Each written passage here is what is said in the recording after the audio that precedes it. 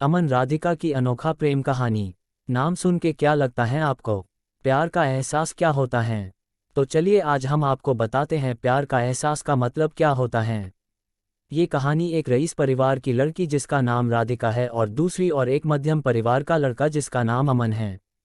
दोनों एक दूसरे से बहुत अलग हैं, लेकिन क्या उन्हें एक दूसरे से प्यार हो पाएगा? चलिए जान लीजिए आप खुद ही। राधिका बचपन से एक आलीशान घर, गाड़ी और रहन सहन में पली बड़ी है। वही अमन बचपन से अपने परिवार को संघर्ष करता देख बड़े होते होते उससे अपनी जिम्मेदारी का एहसास होने लगा। ज़्यादा पैसे न होने के कारण से वो ज़्यादा पढ़ लिख ना सका। वही दूसरी और सब कुछ होने के बाद भी राधिका को पढ़ने लिखने का मन ना होने के कारण पढ़ ना सकी। वक्त के साथ साथ दोनों बड़े हुए अपने अपने रहन सहन से। एक और अमन एक छोटे से कार कंपनी में काम करने लगा। वही दूसरी और राधिका अपने जिंदगी घूमने मस्ती में बिताने लगी।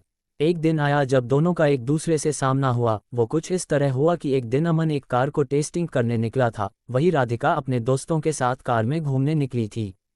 थोड़ी दूर जाके राधिका की गाड़ी खराब हो गई और उसी वक्त अमन ने देखा कि कोई वहां लिफ्ट मांगते हाथ दिखा रहा है। अमन गाड़ी साइड में कर उतर के राधिका की ओर गया। फिर क्या राधिका उससे देख पूछने लगी, क्या आप हमें थोड़ी दूर तक छोड़ सकते हैं? अमन उसकी बातों को सुन के चुपचाप गाड़ी की ओर गया और गाड़ी चेक करने लगा। ये देख राधिका को अच्छा नहीं लगा कि वो किसी से पूछ रही है और अमन जवाब नहीं दे रहा। अमन कुछ देर बाद बिना किसी से कुछ कहे चले जाता है। ये देख राधिका को कुछ समझ नहीं आया, तभी पीछे से आवाज आते हुए, राधिका गाड़ी चालू हो गई, अंदर आ जा। ये सुन राधिका उससे शुक्रिया करने जाती तब तक अमन निकल चुका था। राधिका फिर गाड़ी में बैठ चले गई। एक दिन आया जब राधिका का जन्मदिन था। वो हर साल की तरह अपने परिवार के साथ मंदिर गई। वहां उसने अमन को फिर से देखा। वो देखते ही उसके पास गई उससे उस दिन के लिए शुक्रिया कहने। ये सुन अमन ने उससे देख मुस्कुरा दिया। ये देख राधिका ने अमन से पूछा, क्या तुम बोल नहीं सकते? उस दिन भी मैंने पूछा था तब भी कुछ नहीं बोले, आज भी जब मैं खुद आई तुम्हारे पास तुम्हें शुक्रिया कहने तो आज भी बस मुस्कुरा दिए और कुछ कहा नहीं। फिर अमन ने कहा कि मुझे देर हो रही थी, लेकिन मैंने वहां तुम्हें देखा कि तुम लिफ्ट मांग रहे थे, इसीलिए मैंने गाड़ी रोक के तुम्हारी गाड़ी ठीक करने चले आया। फिर दोनों के बीच बातें चलने लगी। फिर अमन को देर हो रही थी तो अमन ने कहा कि अब मुझे जाना होगा, मुझे ऑफिस के लिए लेट हो रहा है। जाते जाते अमन ने उससे दोस्ती की हाथ बढ़ाया, कहा कि क्या हम दोस्त बन सकते हैं? ये सुन राधिका ने कहा, मुझसे दोस्ती? मैं हर किसी से दोस्ती नहीं करती।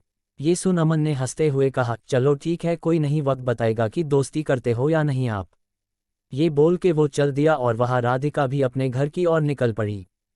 कुछ दिनों बाद राधिका और अमन एक मॉल में मिलते हैं। अमन देख राधिका से पूछा, तुम यहाँ कैसे? राधिका देखते हुए, बस यूं ही घूमने के लिए आई हूँ, तुम्हारा आज ऑफिस नहीं है जो यहाँ आए हुए हो? अमन ने कहा, आज बस जल्दी काम खत्म हो गया था तो सोचा थोड़ा घूम लूँ। फिर दोनों एक कैफे में गए और बातें करने लगे। राधिका ने अमन से कहा, अपने बारे में बताओगे कुछ? अमन हंसते हुए कहने लगा, मैं क्या बताऊं अपने बारे में, मेरा तो बस एक सादा जिंदगी है जहां रोज सुबह ऑफिस जाता हूं और शाम को घर जाके घर का कुछ काम कर लेता हूं, बस फिर खा के सो जाना, फिर वही सुबह फिर से। फिर अमन ने पूछा, आप क्या करते हो? ये सुन राधिका हंसने लगी और कहा, मुझे कुछ करने की जरूरत ही नहीं पड़ती, सब बिना कुछ किए ही मिल जाता है, तो क्यों करूंगी मैं कुछ? फिर अमन ने कहा, अच्छा है, फिर तो हम बहुत अलग हुए। ये सुन राधिका ने कहा, हाँ अलग तो हुए हम, फिर भी तुम्हारे साथ बैठी हूँ यहाँ। फिर अमन ने कहा, बैठी हूँ मतलब हम अलग है तो सिर्फ रहन सहन से, बाकी हम दोनों एक ही है। अगर तुम दिल से किसी के बारे में सोचोगे तो तुम्हें कोई अलग नजर नहीं आएगा। ये सुन राधिका ने कहा, ये दिल कुछ नहीं होता है। अमन सुन के मुस्कुराने लगा और कहा, ठीक है, जैसा तुम बोलो। फिर हर कुछ दिनों में दोनों मिलते रहते, बातें करते और अपने घर चले जाते। धीरे धीरे दोनों में बातें बढ़ने लगी और दोनों रोज मिलने लगे।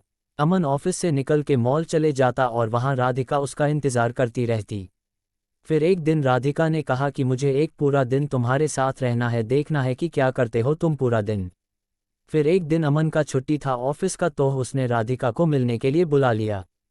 फिर अमन हमेशा की तरह पहले मंदिर गया, फिर वहां से आने के बाद मैदान गया जहां छोटे छोटे बच्चे खेल रहे थे, वहां अमन उनके साथ खेलने लगा। फिर कुछ देर बाद अमन वहां से आश्रम गया जहां वो हमेशा लोगों को खाना खिलाता, उनका कुछ देर देखभाल करता, फिर चले आता। फिर वहां से निकलने के बाद अपने घर आया और अपने माँ को बिठा के घर का बचा हुआ काम खत्म किया। फिर रात हो गई और उसने राधिका को घर छोड़ आया और कहा, ये रहता है मेरा छुट्टी का दिन और यही है मेरी आम जिंदगी, जहां जितना हो पता है उतना मैं करने की कोशिश करता हूँ।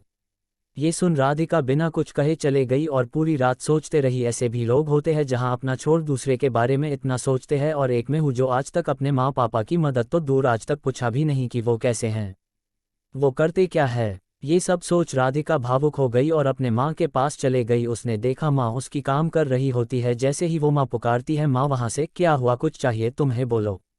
उद्धरण चिन्ह। ये सुन राधिका और भावुक हो गई और माँ को कहते हुए, नहीं कुछ नहीं, बस यूं ही आई थी, और वहाँ से चले गई। बस वो एक पल था जब राधिका को एहसास हुआ कि सच में दिल से सोचने वाले लोग होते हैं।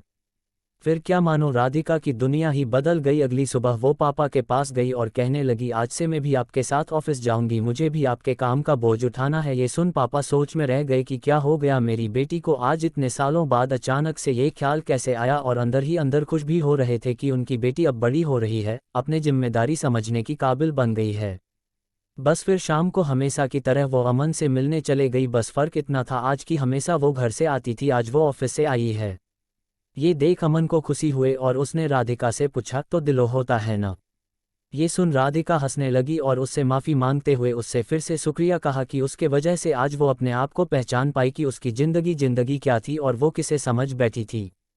तो अब आगे क्या बताओ आपको, आगे का तो आपको समझ आ गया होगा क्या हुआ रहेगा। हर कहानी की तरह दोनों को अंत में एक दूसरे से प्यार हो गया और दोनों एक दूसरे के साथ रहने लगे। अमन को एक साथी की जरूरत थी जो उसे समझे, प्यार करे, और राधिका को सच्चाई की, एक जिम्मेदारी की जरूरत थी जो उससे अमन ने दिखा दिया। जाते जाते मैं आपको एक बात बताना ही भूल गया, दोनों एक दूसरे से मिले, बातें किए, घूमने रहे एक दूसरे एक साथ, लेकिन अभी तक दोनों ने एक दूसरे से अपना नाम नहीं पूछा।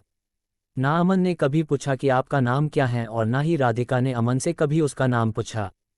तो इस कहानी का अर्थ यही था कि किसी की पहचान जानना या पूछना जरूरी नहीं। जरूरी बस यह है कि आप बिना जाने कितना उस पे यकीन करते हो और उसकी मदद करते हो। राधिका एक ऐसी लड़की थी जिसे हमेशा से घूमना, मस्ती करना, ये सब में अच्छा लगता, और अमन एक ऐसा लड़का था जिसे हमेशा से उसकी जिम्मेदारी उसे पकड़ी रहती। दोनों एक दूसरे से काफ़ी अलग थे, लेकिन अंत वही एक दूसरे के लिए बन गए। तो प्यार कभी भी और किसी से भी हो जाता है, आपको ना उसके लिए अपनी जिम्मेदारी से भटकना है और ना ही उसके लिए कुर्बानी देनी है।